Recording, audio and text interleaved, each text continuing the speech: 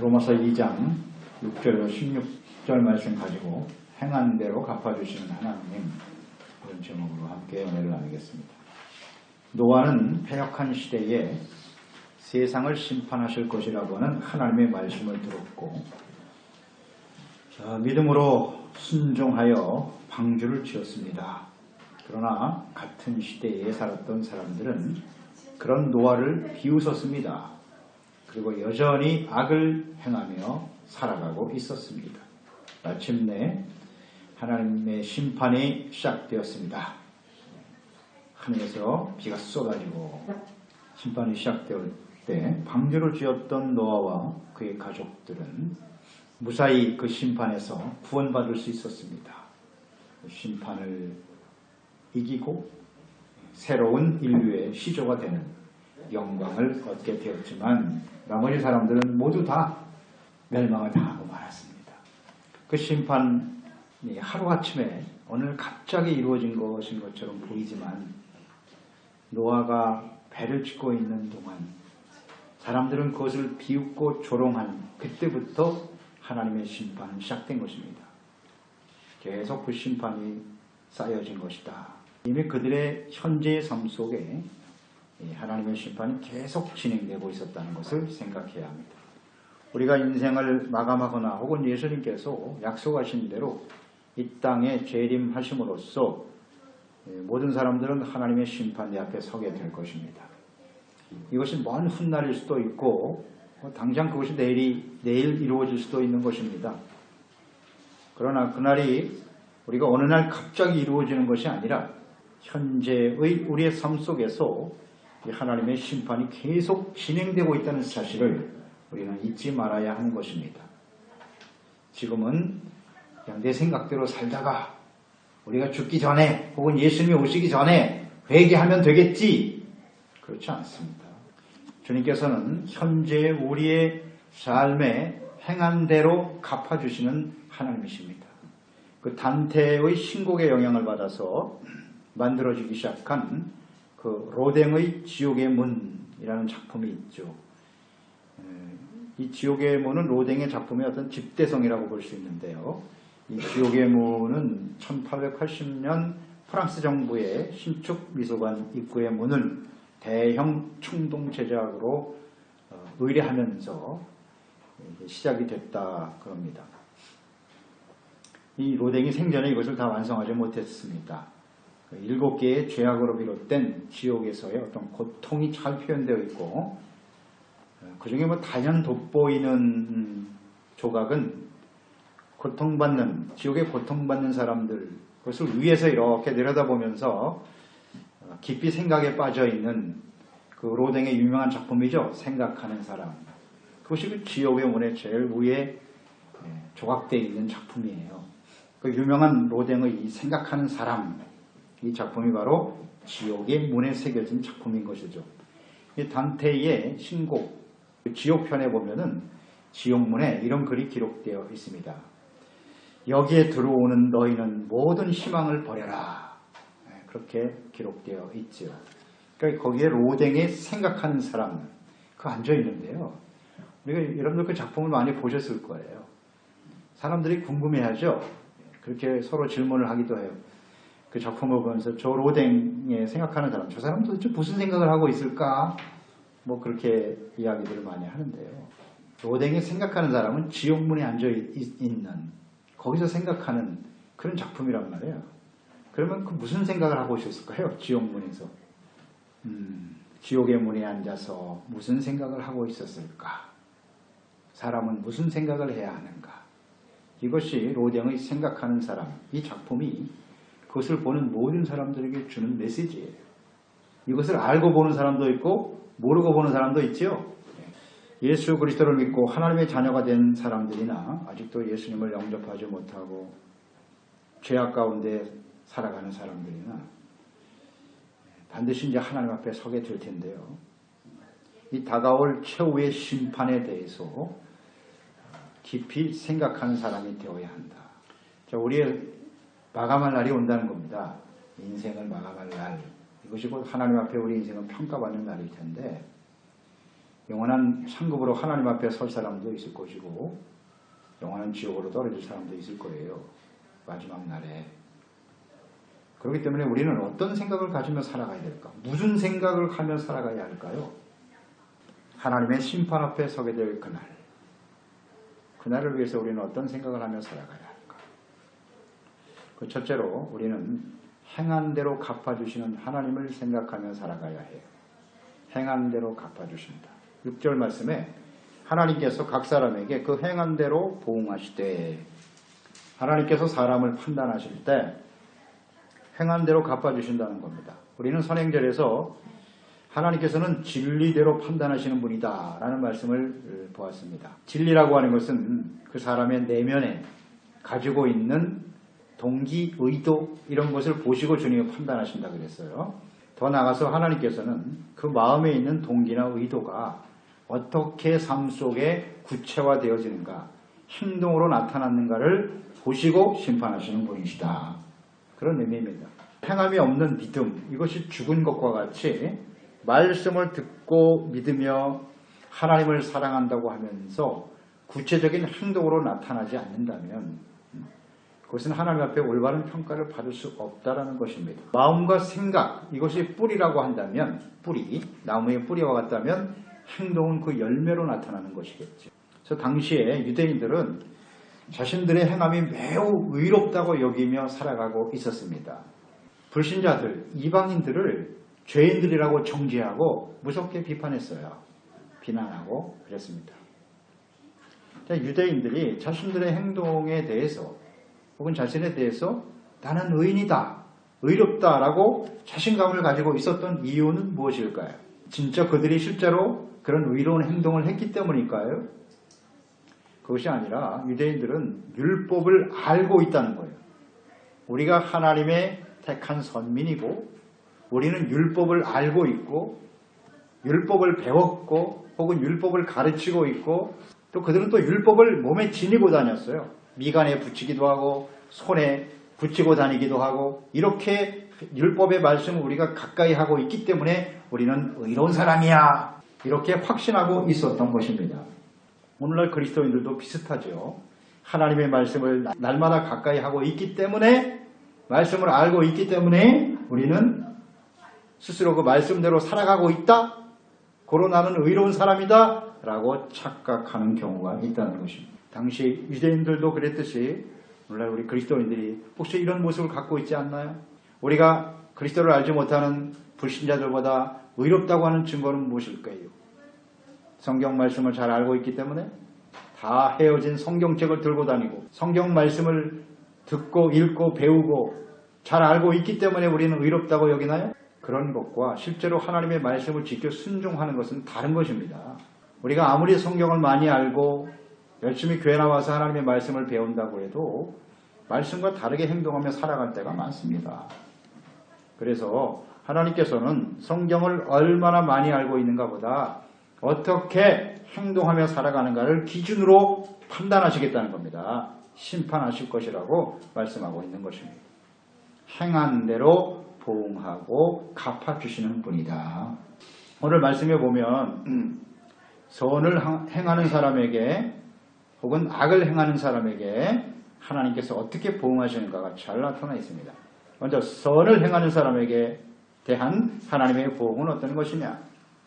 7절 로마서 2장 7절과 10절 말씀 보시면 참고 선을 행하여 영광과 존귀와 썩지 아니함을 구하는 자에게는 영생으로 하시고 선을 행하는 각 사람에게는 존귀와 영광이 있으리니 먼저는 유대인에게요 그리고 헬라인에게라 말씀하셨죠. 선을 행하며 살아가는 사람들 어떤 사람들이냐 그 특성이 나와 있네요. 참고 선을 행하여 그랬어요. 참고 이것은 헬라어의 휘포모네라고 하는 말인데 이건 꾸준하다는 의미를 갖고 있어요. 끊임이 없다. 참고 버티고 계속된다는 의미를 갖고 있어요. 참는다라고 하는 것은요. 그러니까 선을 행하는 사람들은 어떠한 경우라도 결코 중단하지 않는다는 거예요. 지속적으로 실천하는 신실함을 가지고 있어요. 그게 선이에요. 그러니까 일을 시작만 하고 마무리 짓지 못하는 그런 경우도 많은데 또 시작은 화려하게 하면서 대단하게 시작하면서 흐지부지 마무리를 제대로 못하는 것, 그것은 사실 선이 아니에요. 선이라고 하는 참고 하는 게 지속적으로 계속되는 것. 우리 신앙생활도 마찬가지입니다. 우리가 더 은혜받고 선을 행할 수 있어요. 바르게 살고자 하는 간절한 마음이 있을지 몰라요. 근데 우리가 인생을 마감하고 주님 앞에 서는 그날까지의 이것이 지속적으로 계속되는 것이 중요해요. 주님께서 그걸 보고 계세요. 한순간 잘했다가 그 다음에는 실천하지 않는. 선을 행하다가 중단하는 이유는 뭘까요? 여러 가지가 있겠죠. 먼저 선을 행한다고 하는 것은 세상 사람들이 일단 좋아하지 않아요. 악한 세대에서 선을 행하고 이렇게 산다는 건 반드시 반대와 핍박에 부딪히게 돼 있어요. 손해를 보기도 하고요. 상처를 받기도 합니다. 인정받지 못하거나 이런 것들이 중단하는 이유가 되겠죠. 또 혹은 자신의 게으름 때문이죠. 성실하지 못함. 중요한 이유는 세상에 썩어져 버릴 영광과 유익에 초점을 두고 있기 때문이에요. 그래서 이 선을 중단하고 마는 거죠. 중단하지 않고 지속적으로 선을 행하는 사람들, 이런 사람들은 오늘 말씀에 나와 있는 대로요, 영광과 존귀와 썩지 아니함을 구하는 자가 되는 거예요. 이런 사람들이 지속적으로 선을 행하는 사람들이다라는 겁니다. 중단하지 않고 선을 계속할 수 있는 사람은 무엇을 추구하느냐, 무엇을 구하느냐라는 문제인데요. 먼저 영광을 구한다 그랬죠? 영광, 이 영광이라고 하는 말은 빛과 연결이 되어 있네요. 온전한 빛을 소유한다. 그 빛으로 충만해 있다. 영광은 빛과 연결이 되어 있어요. 온전한 빛, 빛이신 하나님이시죠? 빛이신 하나님과 함께 그 주님의 영광, 이 빛을 나타내는 것이 영광이에요. 근데 그 빛이 자신이 세상에서 얼마나 대단한 사람인가를 나타내는 게 아니고 빛이신 하나님이 나를 통해서 증거되고 나타나는 것이 영광이에요. 예수님께서 마태복음 5장 17절에 말씀하셨죠. 너의 착한 행실을 사람들에게 비추어 사람들이 그것을 보고 하나님 아버지께 영광을 돌리게 하라. 빛된 삶이 영광이에요. 이런 영광을 추구하는 사람들이 선을 계속할 수 있다는 거예요. 세상에서 얼마나 우리가 출세하고 성공하고 대단한 사람으로 인정을 받느냐, 그것은 하나님께서 말씀하신 영광과는 상관이 없는 거예요. 어둠 속에서 그냥 무슨 죄를 짓고 악을 행하더라도 나만 성공하면 된다고요? 그건 영광하고 아무 상관이 없어요. 빛이 영광입니다. 존귀라는 말이 있죠? 존귀. 선을 행하는 사람은 존귀를 구하는 사람이다. 이 존귀라는 것도 존경받다, 높여지다라는 의미겠죠. 근데 이 존귀는 스스로를 높이고자 하는 게 아니고 하나님을 높이고 하나님의 이름을 거룩히 여김을 받게 하고 하나님의 이름을 높이는 사람들이죠. 스스로를 존귀하게 여기는 것은 그건 교만이에요. 교만이다. 그것은 선을 행하는 것과 아무 상관이 없어요. 오직 자신을 통해서 하나님의 이름이 높임을 받으시는 일에 초점을 두고 살아가는 것, 이게 선입니다. 잘 생각해 보세요. 우리 무엇을 추구하는 것인가? 이게 하나님을 높이는 이 존귀에 초점을 맞추고 사는 사람들은요, 아주 겸손해요. 모든 행동이 겸손하고 오직 주님을 영화롭게 하고 주님의 이름을 존귀히 여김을 받으시도록 살아가게 되는 것이죠. 이런 사람들이 끊임없이 선을 행하게 되는 겁니다.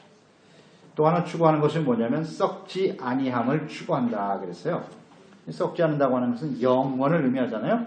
썩지 않을 영원한 것을 추구한다. 영원한 것이 세상에 없지 않습니까? 세상에 영원한 것은 오직 하나님 말씀밖에 없어요. 하나님과 하나님의 말씀만이 영원하다. 영생, 영원히 썩지 아니할 하나님의 나라, 믿음, 소망, 사랑이죠. 하나님께 대한 믿음, 하나님께 대한 사랑, 하나님과 하나님의 나라에 대한 소망, 이것이 영원한 거예요. 이 영원한 것을 추구하며 살아가는 사람들, 이런 사람들이 참고 선을 계속해서 행하게 되겠죠. 이런 사람들에 대해서 하나님께서 어떻게 보응하실까요? 행한 대로 갚아주신다 그랬으니까 오늘 주님께서 말씀하신 내가 무엇을 추구하며 살아가는가, 이것이 나의 삶의 구체적인 모습과 연결이 돼 있단 말이에요. 무엇을 추구하며 사느냐, 간단하게 말하면 둘 중에 하나라는 거예요. 참고 선을 행하는 사람이거나 악을 행하는 사람이거나 둘 중에 하나예요. 선을 행하는 사람은 이런 사람이라는 거예요. 잘 보셨죠? 그러면 이렇게 지속적으로 선을 추구하는 사람에게 어떻게 갚아주신다? 영생, 영광, 존귀, 평강이 있으리니 그랬어요. 우리의 삶에 정말 소중한 것들을 하나님이 다 주신다고 약속하셨네요. 먼저 영생을 주시겠다고 약속하셨네요. 영생으로 하시고 영원한 생명, 하나님의 생명이 영원한 생명이죠. 그리고 하나님의 나라에서 하나님과 함께 영원히 살아가게 된다는 것입니다. 그렇겠죠? 썩지 않을 것을 추구하는 사람들이니까. 영원한 생명을 얻게 된다. 하나님의 보호하심과 인도하심 속에서 살아가게 되는 거죠. 하나님의 자녀로서 우리를 친히 증거해 주심으로써 영광과 존귀를 얻게 하시는 거예요. 하나님께서 우리를 영광스럽게 하시는 거라고요. 우리를 높여주시는 사람이 된다는 거죠. 자, 영광스러운 생명. 자, 어떻게 우리가 영광을 얻게 될까요? 하나님 앞에서. 이 세상에서는요, 우리 그리스도인들이 그렇게 영광스러운 모습으로 살지 못할 수도 있어요. 사람들보다 뭐 그렇게 크게 출세하거나 성공하지 못할 수도 있어요. 사람들에게 무시당하거나 멸시당하는 모습으로 살아갈 수도 있어요. 예수님도 보세요. 하나님의 아들 두고 십자가에서 처참하게 이렇게 저주받아 돌아가셨잖아요. 그런데 주님께서는 그걸 영광이라고 여기셨어요. 그게 왜 영광이냐? 예수님이 십자가에 죽으면 왜 영광입니까? 하나님의 말씀에 순종하는 것이고 그것을 통해서 수많은 사람들이 죄사함 받고 영원한 생명과 구원의 길을 여는 일이기 때문에 영광스러운 거예요. 주님의 영광은 언제 나타나느냐? 지금 보세요. 하나님의 말씀, 오늘 말씀의 핵심 키워드는 심판이에요. 판단하신다는 거예요. 주님 최후의 날에 우리가 주님 앞에 서게 됐을 때 그 영광의 판단이, 심판이 이루어진다. 평가가 이루어진다는 거예요. 그러니까 영광은 주님 앞에 어떤 모습으로 나타날 것인가? 자, 요한복음 5장 29절에 보면 예수께서 말씀하셨죠. 선한 일을 행한 자는 생명의 부활로, 악한 일을 행한 자는 심판의 부활로 나올 것이다. 이 땅에 있는 모든 사람들은 반드시 부활합니다. 한 사람은 생명의 부활로 나오고 한 사람들은 심판의 부활로 일어나게 됩니다. 생명의 부활에 참여하는 사람 어떤 사람? 선을 행하는 사람. 우리는 그때 영광을 얻게 되는 거예요. 우리가 인생을 마감하고 주님 앞에 섰을 때 생명의 부활, 영원한 생명으로 주님 앞에 서서 하나님과 함께 서게 되는 거죠. 그게 영광입니다. 또 어떤 영광으로 나타나겠는고? 디모데후서 4장 7절로 8절이죠. 사도 바울의 고백. 나는 선한 싸움을 싸우고 나의 달려갈 길을 마치고 믿음을 지켰으니 이제 후로는 나를 위하여 의의 멸류관이 예비되었으므로 주곧 의로우신 재판장이 그날에 내게 주실 것이며 내게만 아니라 주의 나타나심을 사모하는 모든 자에게 주어질 것이다. 아멘. 우리 인생 마감하고 주님 앞에 섰을 때 의의 멸류관을 받아가시는 거예요. 영원한 생명의 멸류관을 받아가시는 거예요. 하나님께로부터 상급받는 크게 영광입니다. 아멘. 생명의 부활로 주님 앞에 상급받고 칭찬받는, 이게 진짜 영광 아닙니까? 이 세상에서 누리는 영광과는 비교할 수 없어요. 이게 진짜 영광. 그런 사람들을 하나님이 존귀하게 여기십니다. 존귀하게 여기십니다. 세상 사람들은 우리는 멸시하고 조롱할 줄 몰라. 예수님이 십자가에 못 박히신 예수님을 무시하고 조롱했을 줄 몰라. 그러나 모든 이름을 주님의 이름 앞에 무릎을 꿇게 하시고 그 이름을 존귀하게 하신 분이 하나님이십니다. 그게 그리스도인의 삶이에요. 그게 진정한 존귀라고. 그렇게 갚아주신답니다. 하나님께서. 그 다음에 약속하신 것이 평강이네요. 평강이다. 평강으로 임하실 것이다. 악을 행하는 자들의 심령 속에는요, 이 평강이 절대 없어요. 그러나 선을 행하고 주님을 바르게 섬기는 사람들의 마음속에 평강을 주시더라. 여러분, 이 평강이 얼마나 큰 축복인지 아시죠? 네, 많은 것을 누리고 살아도요, 평안을 누리지 못하는 사람들 많아요. 근심, 걱정, 염려하며 오히려 생활이 풍요롭고 또 나라가 잘 살수록 우울증이 더 심하고요, 노이로제 심하고 평안이 없어. 마음속에 세상에 많은 것을 소유한다고 해서 평안이 찾아오는 게 아니에요. 하나님이 주시는 이 평안을 맛보고 살아야죠. 그러니까 죄악이 더 심화될수록 이런 평강은 사라지게 돼 있어요. 이 땅에 사는 동안에도 하나님과 화목하다는 거거든요. 하나님과 화평하고 또 하나는 더 많은 사람들과의 관계 속에서 참된 평안을 누리며 살더라. 이게 복이죠. 선을 행하니까 핍박을 받을 수는 있어요. 사람들이 악을 행하는 사람들, 선하게 사는 사람 싫어하거든요. 그들이 핍박을 받을 수는 있으나 그 마음속에 선을 행함으로 주시는 하나님의 평안은 절대 빼앗아가지 못해요. 이게 하나님이 주시는 행한 대로 갚아주시는 약속이에요. 그 다음 악을 행하는 자들에게 하나님이 어떻게 보호하시는고? 8절로 9절 오직 당을 지어 진리를 따르지 아니하고 불의를 따르는 자에게는 진노, 분노, 하나님의 보응을 보세요. 그대로 하세요. 약속대로 하는 겁니다. 악을 행하는 자들의 영에는 환난, 곤고가 있으리니 약속하셨죠? 자, 악을 행하는 구체적인 모습을 정리해 놓으셨네요. 먼저 오직 당을 지어 그랬어요. 당을 짓는 게 악이에요. 이 당을 지어다라는 말 헬라어의 에리스라고 하는 말이죠. 싸우다, 투쟁하다, 끊임없이 다투다, 소란하다, 분열하고 대적하는 거예요. 이게 당을 짓는 게 이게 악이에요. 그러니까 서로 대적하고 싸우고 분열한다. 자, 사람들이 끊임없이 이렇게 다투고 싸우는 원인이 뭐죠? 그 원인은 야고보서 4장 1절에 말씀하셨어요. 너희 중에 싸움이 어디로부터 다툼이 어디로부터 나느냐? 너희 지체 중에서 싸우는 정욕으로부터 나는 것이다. 맞죠? 우리 마음속에는 정욕이 있기 때문에 이거 정리하지 못하면 싸움은 계속되는 거예요. 그 다음 야고보서 3장 16절 시기와 다툼이 있는 곳에는 혼란과 모든 악한 일이 있다. 욕심, 시기, 질투 이거 다 육체의 열매잖아요. 이런 걸 가지고 있기 때문에 계속 다툼이 일어날 수밖에 없다. 이게 악입니다. 그러니까 이런 것은 다 관계 속에서 이루어지는 일이에요. 그 다음 진리를 따르지 않고 불의를 따른다 이렇게 나와 있어요. 진리는 무엇이뇨? 하나님의 말씀이 진리죠. 그러니까 하나님의 말씀을 따르지 않는 거예요. 듣지 않아요. 지켜 행하지 않습니다. 하나님의 말씀을 무시합니다. 하나님의 말씀을 버리고 불순종하는 사람들 이게 바로 불의를 따르는 자들이에요. 진리를 거스르고 대적하고 혹은 진리의 말씀을 들었지만 마음이 완악하여 회개치 아니하고 불의를 따르는 사람들 이게 악을 행하는 거예요. 진리와 불의는 빛과 어둠과 같아서 절대로 함께 공존할 수 없어요. 그렇죠? 빛이 있으면 어둠이 있을 수 없어요. 그러나 빛이 사라지면 바로 어둠이에요. 빛과 어둠은 공존할 수 없어요. 불의와 진리는 공존할 수 없어요. 우리 마음속에. 그래서 하나님 앞에 딱 서면요. 하나님이 빛이시지 않습니까? 진리 아닙니까? 그 진리 앞에는 거짓이 다 드러나는 거예요. 속일 수가 없어요. 심판 가운데 반드시 빛이신 하나님 앞에서 평가받는 날이 다가오게 될 거예요. 하나님의 심판에 직면하게 되겠죠? 진리를 거스리고 불의를 따르는 사람들 말입니다. 이처럼 악을 행하는 사람들에게 하나님께서 어떻게 보응하실까요? 먼저 진노와 분으로 하신다. 영에는 환난과 공고가 있다. 자, 하나님의 진노가 어떻게 나타나나요? 뭐 성경에 보면 자세하고 구체적인 내용들이 매우 많죠. 하나님이 그 백성들에게 어떤 진노로 나타나는가. 애굽의 10가지 재앙은 아시죠? 바로왕 애굽에 쏟아진 10가지 재앙을 보세요. 그게 하나님의 진노예요. 무섭죠? 완전히 망했습니다. 완전히 망했어요. 그러면 이방인들에게만 그렇게 진노하시냐? 그렇지 않아요. 하나님의 백성들에게 동일하게 이런 하나님의 진노가 나타납니다. 광야, 민수기의 광야 생활이죠. 민수기가. 거기에 뭐 다양한 모습으로 나타나 있는데요. 대표적인 예를 든다면 민수기 11장이죠.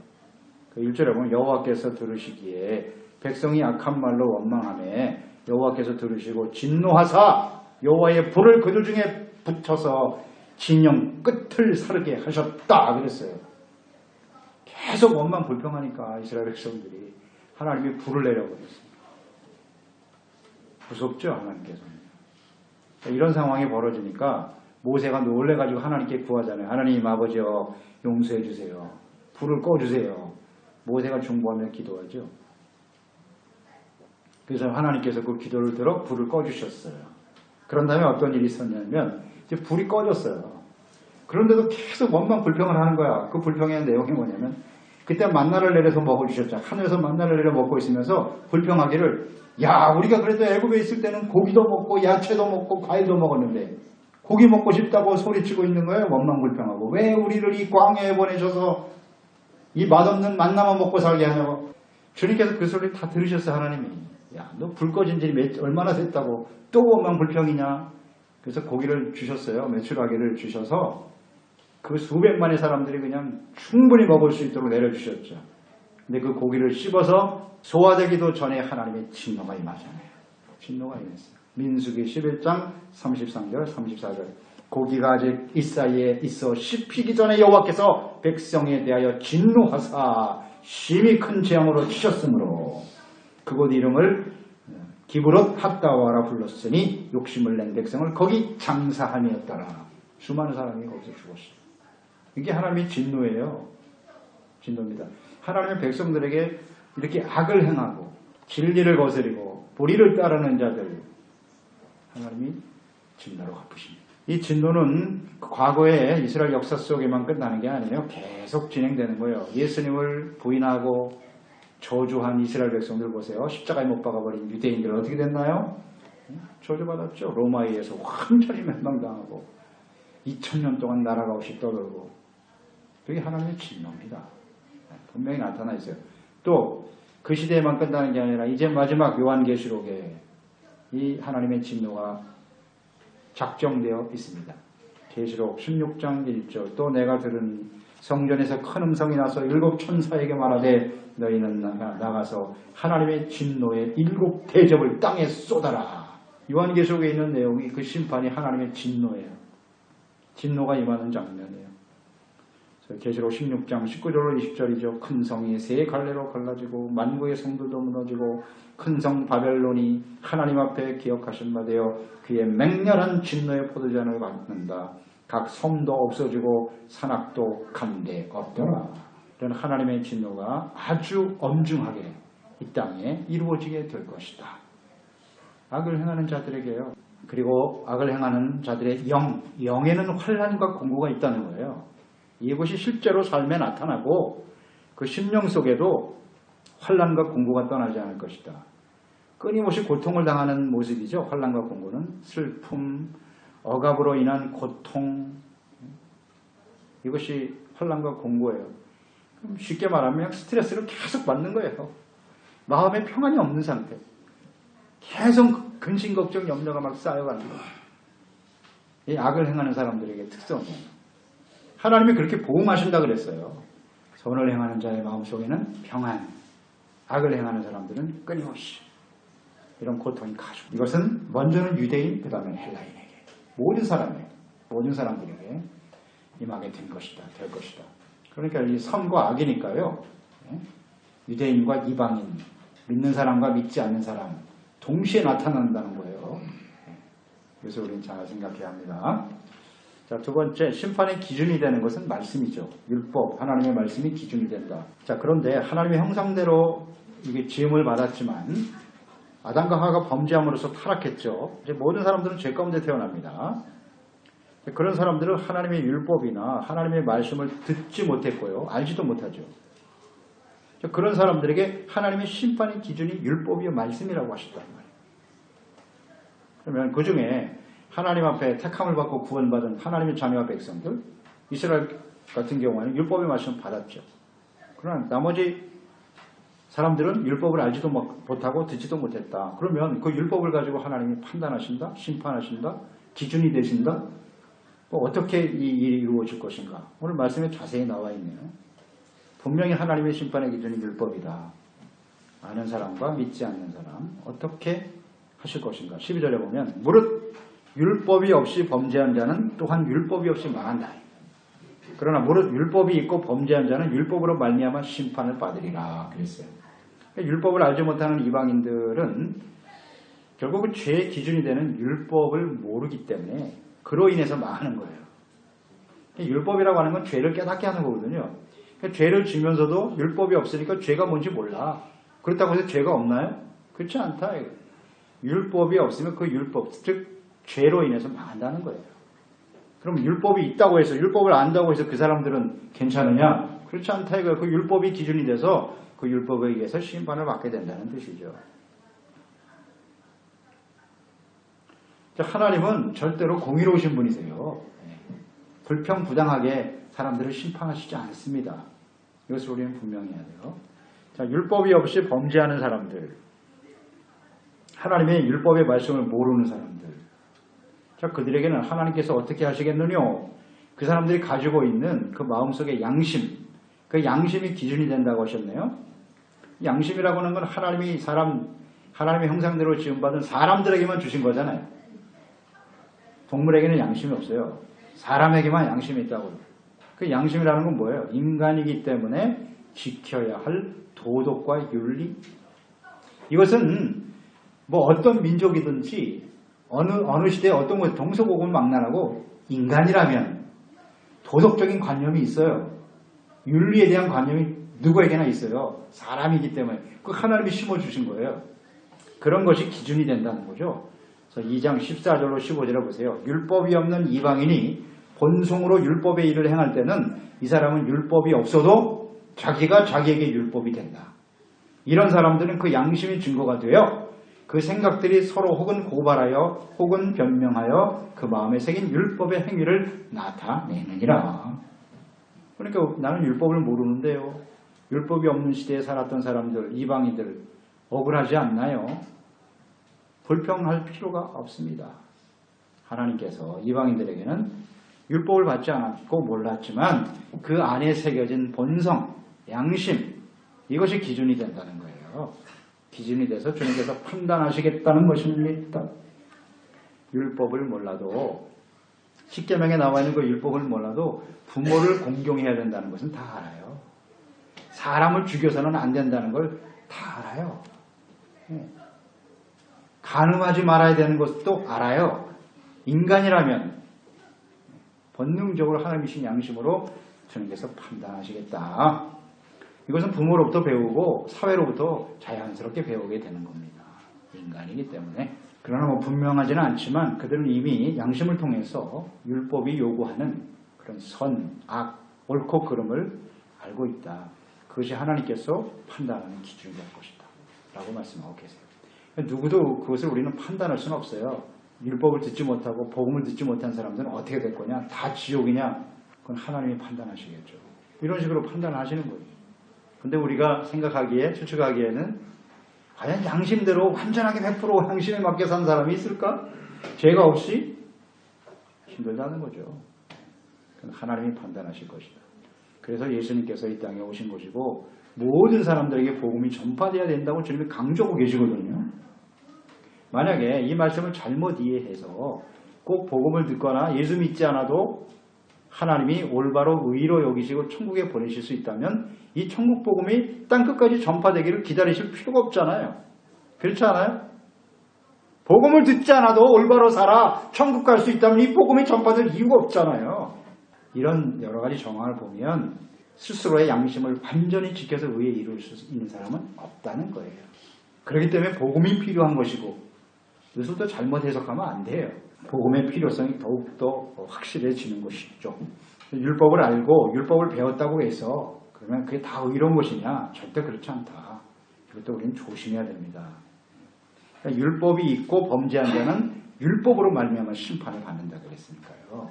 그 말씀을 듣고 지키지 않는 것이 더 큰 형벌을 당합니다. 나중에. 이스라엘 백성들 보세요. 하나님이 얼마나 무섭게 대하시는지. 이건 구약에만 있었던 일이 아니 지금 하나님은 변함이 없으세요. 어제나 오늘이나 영원토록 동일하시거든요. 동일하게 오늘 이 시대에 우리에게도 그렇게 대하시는 분이세요. 로마서 2장 13절에 보면 하나님 앞에서는 율법을 듣는 자가 의인이 아니고 오직 율법을 행하는 자라야 의롭다함을 얻는 것이다. 자, 이것은 그러면 율법을 행함으로 구원과 의에 이르는 것을 주장하는 거냐? 그런 의미가 아니죠. 율법을 지킬 수 없기 때문에, 의에 이를 수 없기 때문에 예수님께서 오셔서 십자가에서 우리의 모든 죄를 다 한 번에 용서해 주신 것이고 그 다음에 어떻게 살아야 되느냐를 말씀하고 있는 거예요. 율법을 폐하러 오신 게 아니라 그 율법에 나타난 하나님의 뜻을 잘 이해하고 의의 삶을 소중하게 여기면서 살아갈 것을 말씀하고 계신 거죠. 따라서 우리는 율법을 우리가 알고 있으니까 행하지 못하는 우리의 모습, 이것을 우리가 솔직하게 하나님 앞에 시인하고 끊임없이 회개하고 돌이키는 삶을 살아가야 한다는 거예요. 그럴 때 하나님께서 용서하시고 의롭다함을 얻게 하시는 것이다.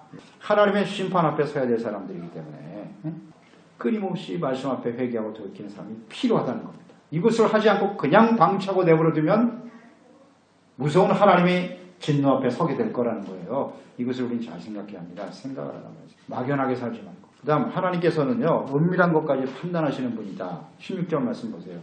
곧 나의 복음에 이른 바와 같이 하나님이 예수 그리스도로 말미암아 사람들의 은밀한 것을 심판하시는 그날이다 그랬어요. 그날. 하나님께서는 우리의 행위에 대해서 심판하실 뿐만 아니라 마음속에 있는 숨어있는 동기 판단하십니다. 숨겨진 죄악들, 아무도 모르고 자기 자신만 아는 은밀한 죄악까지도 하나님은 다 아십니다. 심판하시겠다는 겁니다.